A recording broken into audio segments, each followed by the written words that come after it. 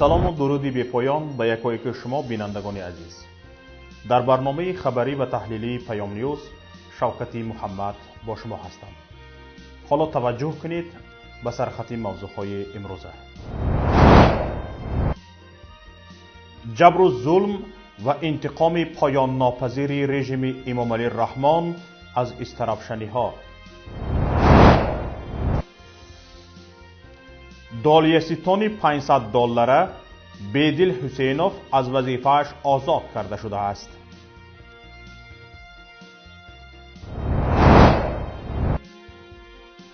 کمیته انداز می‌خواهد شرکت‌های گوگل، اپل، مایکروسافت، فیسبوک را در تاجیکستان اندازبندی کند.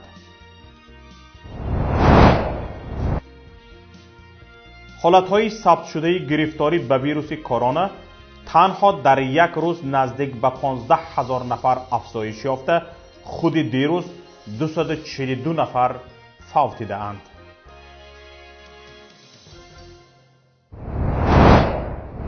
تماشابینان گرامی، امروز ما تصمیم گرفتیم درباره انتقام پایان ناپذیر رژیم از مردم شریف شهر استرافشان حرف زنیم. در آماده نمودن معلومات ضروری به ما چند نفر از کاربران رادیوی پیام کمک نمودند که با آنها پیش از همه تشکر میکنیم و اینک میگذاریم به شرح موضوع امروزه. در استرافشان بار چندم است که موج بازداشت و سرکوبی و ترور راه اندازی می شود. هنوز این شهر از بازداشت و ترورهای پس از حمله به دیدبانگاه سلطان آباد به خود نآمده، موج نوی سرکوبی ها با بهانه مبارزه با پیروان اخوان المسلمین یکی از قدیمترین شهرهای کشور را لرزانده است. سالهاست که شهر استرافشان مورد هجوم‌های پی در پی رژیم رحمان قرار گرفته است. عامل‌های سیاسی، اقتصادی، اجتماعی هستند که امام علی رحمان را وادار می‌کند تا مردم استرافشان را سرکوب نگه دارد. مردم استرافشان طول عصرها استقلالیت خود را نگاه می داشت و از جهت جغرافی نه تابع امارت بخارا بوده و نه خانگری قوقند. بجز یک زمان کوتاهی که زیر استیلای آنان به سر برده‌اند. این روح آزادی خواهی تا به چند سال قبل این مردم را آزاده و سربلند نگاه می داشت و نمیگذاشت هیچ غاصبی به مقدسات آن از جمله آزادی فکری و مختاریتش دست درازی کند.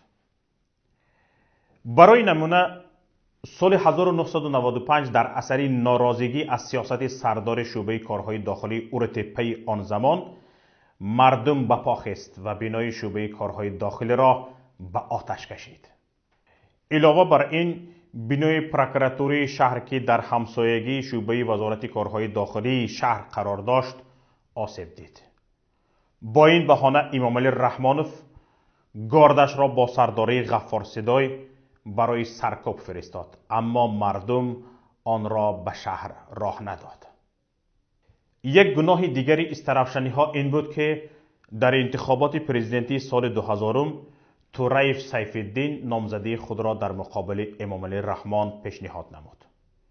این جسارت موج سرکوبی ها در استرافشان را راه انداخت و باعث شد سیف الدین تورایف برای همیشه کشور را ترک کند. اکنون چند نکته درباره جنگ اقتصادی عائله رئیس جمهور علیه استرافشنی ها.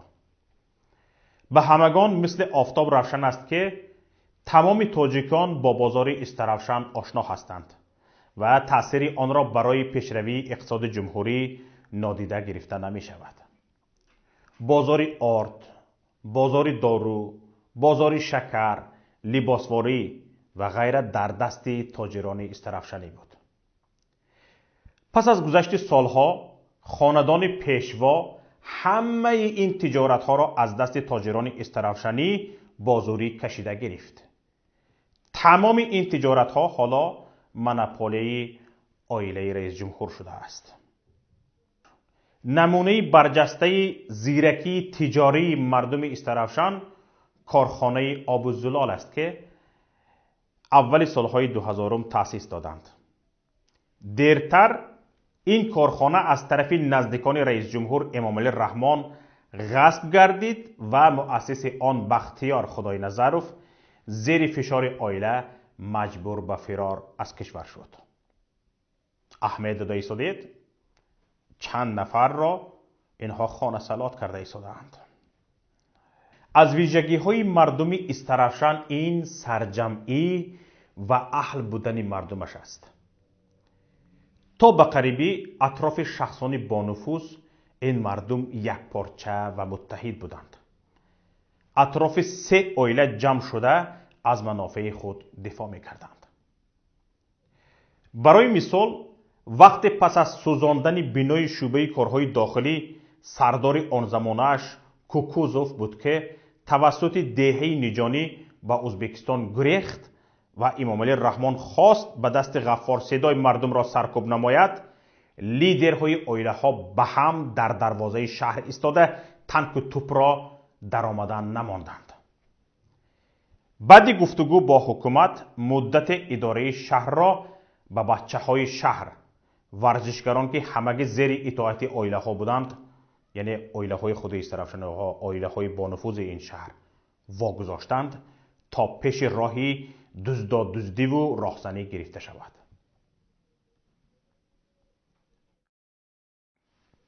باید قید کنم که مردم استرافشان یکی از دیندارترین مردم ولایت سوغد به حساب می آید. دینداری مردم استرافشان رژیم را خواطر کرده بود. بنابراین پس از جشن سالگرد امام اعظم در سال 2009 رژیم چیستکارا از استرافشان شروع نموده از اکتبر سال 2010 تا فوریه سال 2011 نزدیک به 37 نفر استرافشانی و 9 خوجنده های استرافشانی اصل جمع 42 نفر را زندانی کرد که در وسایط اخبار عامه سالهای 2011 و 2012 با پرونده استرافشانی ها و یا خود 53 نفره مشهور بود. مدرسه را که رستمبک حاکم عصر 19 در گذر تگ مدرسه به نام خودش بنا کرده بود، بلشویک‌ها آن را ویران کرده از خشتش زندان ساخته بودند.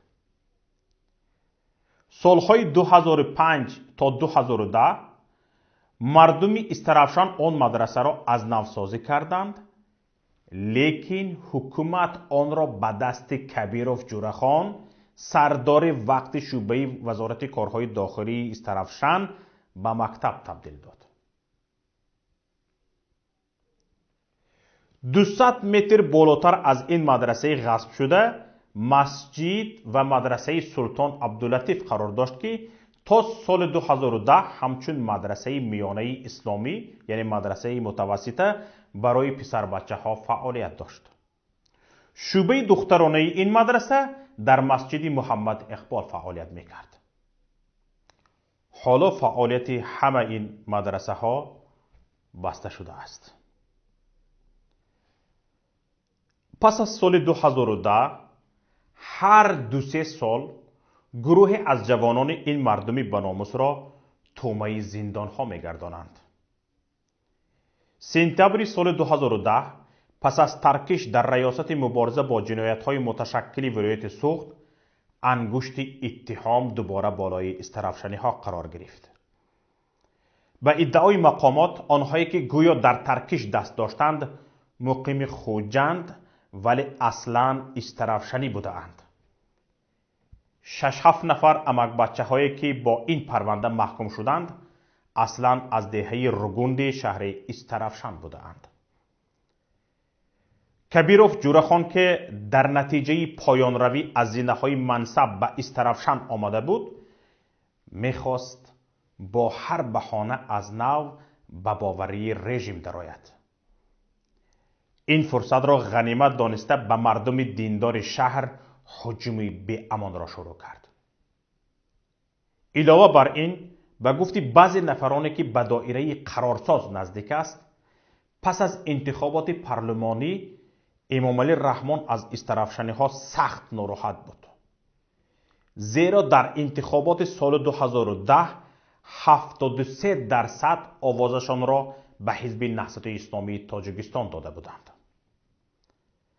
همچنین رئیس بخش ناحیوی حزب نهضت اسلامی تاجیکستان در ناحیه استرافشان کمالخان عطایف در انتخابات با وجود تقلب‌های زیاد و فشار غلبه کامل به دست آورده مدت 5 سال دیپوتات شهری شده بود. در محفل‌های خصوصی رئیس کمیسیون انتخاباتی شهر استرافشان سید حمزه نام که رئیس برق شهر نیز بود اعتراف کرده گفته بوده است که حکومت ولایت ما را مجبور کرد تا کاغذها را از نو ترتیب دهیم، یعنی پروتکل‌های انتخاباتی را، وگرنه حزب نهضت اسلامی تاجیکستان در استرافشان برنده بود. همین بود که مقامات یورش گسترده به راه مانده بسیارتر به گذرها و دهات هجوم کردند که حزب نهضت اسلامی تاجیکستان زیاده از 90% آواز گرفته بود. در این حمله گسترده زیاده از 60 نفر را از محله و دهات گوناگون دستگیر کرده 18 نفر را با گرفتن مبلغ‌های هنگفت جواب دادند. 42 نفر محکوم شد. از جمله 2 مولای مشهور این شهر که ختم کننده دانشگاه‌های عربستان سعودی هستند، ملا الهام غنیف و قاری ادهم حیدروف حبس شدند. قضیه شکنجه این زندانیان را ادوکات سرگئی رامانوف در نشست سازمان امنیت و همکاری اروپا در ورشو برداشته بود. اکثر این زندان شده ها سالهای 2015 و 2016 آزاد شدند. حمله دیگری رژیم ماه نوامبر سال 2019 شروع شد که تا حال مردم استرافشان را زیر ترس و هراس نگاه می دارد.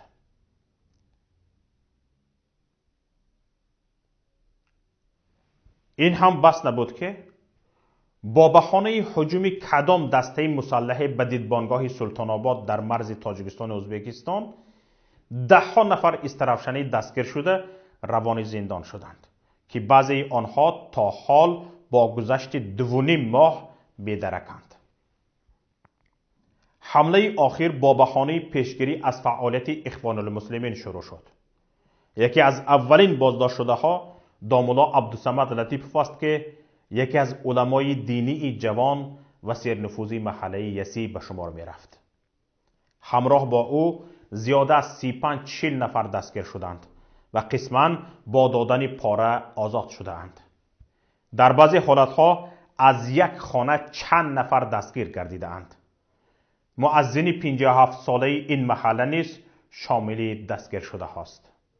همچنین بعضی زنهایی که 15 سال پیش در مدرسه زنانه تحصیل داشتند بازپرسی شدند.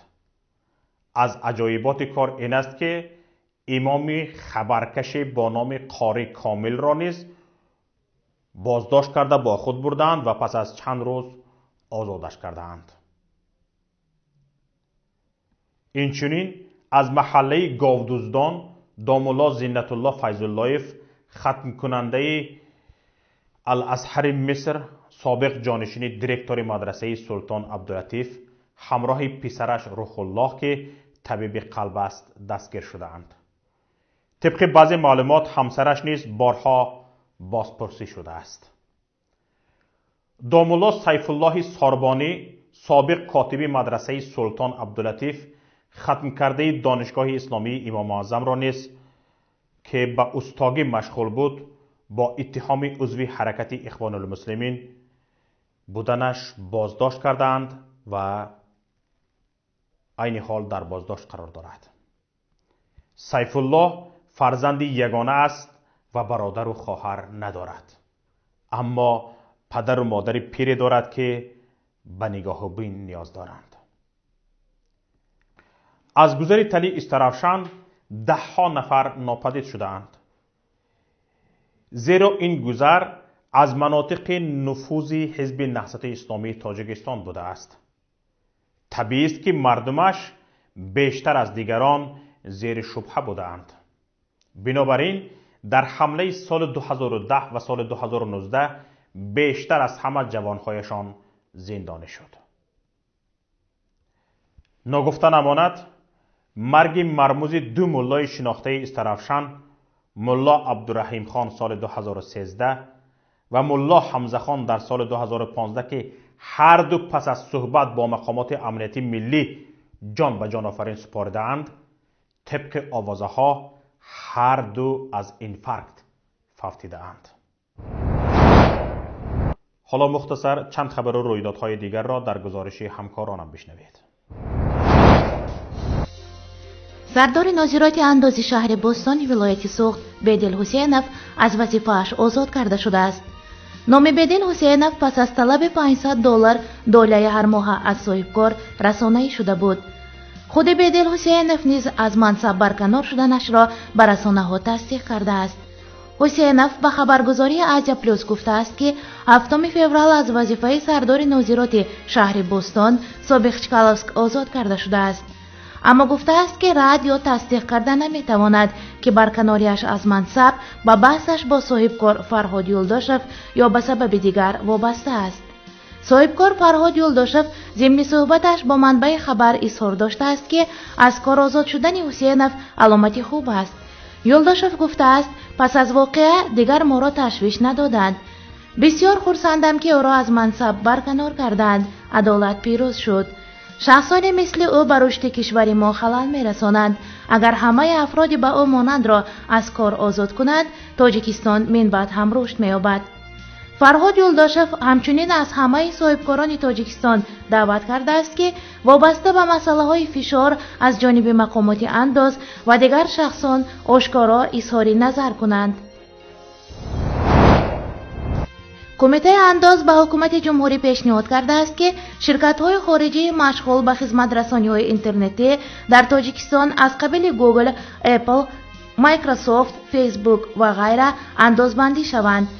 در این باره نصرت الله دولتزاده رئیس کمیته انداز نزد حکومت جمهوری تاجیکستان ضمن نشست مطبوعاتیش خبر داده گفت از حساب خدمت رسانی‌ها به شهروندان ما شرکت‌های خارجی فایده می‌گیرند. ما باید زمینه دخلداری حقوقی را معین نماییم و شرکت‌های خارجی باید اختیاراً خود را به قید گیرند و انداز پرداخت کنند. با قبل دولتزاده اینترنت نه تنها سرچشمه دریافت معلومات بلکه همچون وسیله خدمت رسانی‌های پولکی استفاده می‌شود.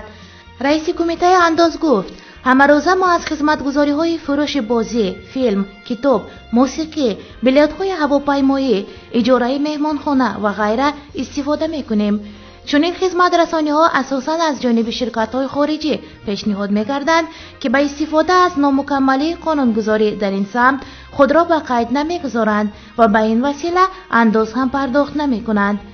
با گفته دولتزاده با نظر داشته تجربه دیگر کشورها ضمیمه‌های تهیه شدند که با واسطه آنها مقامات انداز به حکومت مراجعت می‌کند. رئیس کمیته انداز اظهار داشت که موافق معلومات مقامات انداز روسیه پس از جاری ساختن انداز از ارزش علاوه شده به خدمت رسانی‌های شرکت‌های بزرگ جهانی از قبیل گوگل، اپل، مایکروسافت، فیسبوک و غیره تنها دوام 9 ماه سال 2019 با بودجه دولت روسیه 60 میلیارد روبل مبلغ وارد شده است. همچنین به گفته دولتزاده در بلاروس، آلمان، اسپانیا، یونان و دیگر کشورها نیز از چنین تدبیرها کار گرفته شده است. در ارتباط با افزایش شماره مبتلایان به بیماری کرونا در استان خوبه جیانگ شاولیانگ رهبر حزب کمونیستی استان خوبه از کار برکنار شده است. گفته می شود که یانگ یونگ شهرداری پیشین شانگهای ریاست دفتر حزب کمونیست در این استان را بر عهده گرفته است. تخمین زده می شود مواد ثبت و اعلام شده این بیماری در چین بیش از آماری است که دولت ارائه می کند. یکی از دلایل اساسی عدم امکان معاینه و افزایش در مواد مشکوک به گرفتاری به این ویروس جدید است. حالتهای ثبت شده گرفتاری به بیماری کرونا در خارج از مرزهای چین نیز به بیش از 500 نفر رسیده است. 16 نفر در آلمان نیز گرفتاری این بیماری هستند. در ارتباط با احتمال شیوع بیشتر بیماری کرونا در سطح جهان، روز چهارشنبه 12 فوریه برگزاری 2 رویداد بزرگ لغو شده است. برگزار کنندگان کنگره جهانی موبیل در بارسلونا خبر لغو این همایش را دادند. کنگره جهانی موبیل قرار بود در آخر ماه فوریه برگزار شود. از سوی دیگر اعلام شده است که رقابت اتومبیلرانی فرمول 1 که قرار بود در شانگهای چین برگزار شود نیز از سوی مسئولان لغو شده است. طبق آمار اخیر شمار قربانیان بیماری ویروس کرونا در چین ظرف یک روز 242 نفر افزایش یافته به 1350 نفر رسید. حالتهای ثبت شده گرفتاری به این بیماری نیز تنها در یک روز نزدیک به 15,000 نفر افزایش یافت و از مرز 59,000 نفر گذشت. برنامه تحلیلی خبری پیام نیوز به نهایت خود رسید. برنامه‌های دیگری رادیویی ما و مطلب‌های ما را در پایگاه پیام نقطه نت و شبکه‌های اجتماعی پیگیری کنید. انتظار پیشنهاد ملاحظه‌ها و همکاری‌های شما هستیم. خدا حافظ. رادیوی پیام، صدای جدید در فضای اطلاعات. نصب ضمیمه نوی رادیو پیام در اپل و اندروید برای تلفن‌های همراه و لاب‌های الکترونی پلانشت به شما امکان می‌دهد که 24 ساعت تازه‌ترین و دقیق‌ترین خبرها، تحلیل‌های سیاسی، اقتصادی، اجتماعی، برنامه‌های دینی و فرهنگی، قصه‌های جالب و شنیدنی، گفتگوهای مستقیم با سیاستمداران، کارشناسان و ضیائیان را بشنوید. با ما باشید. رادیوی پیام، همسفر به سوی زندگی بهتر.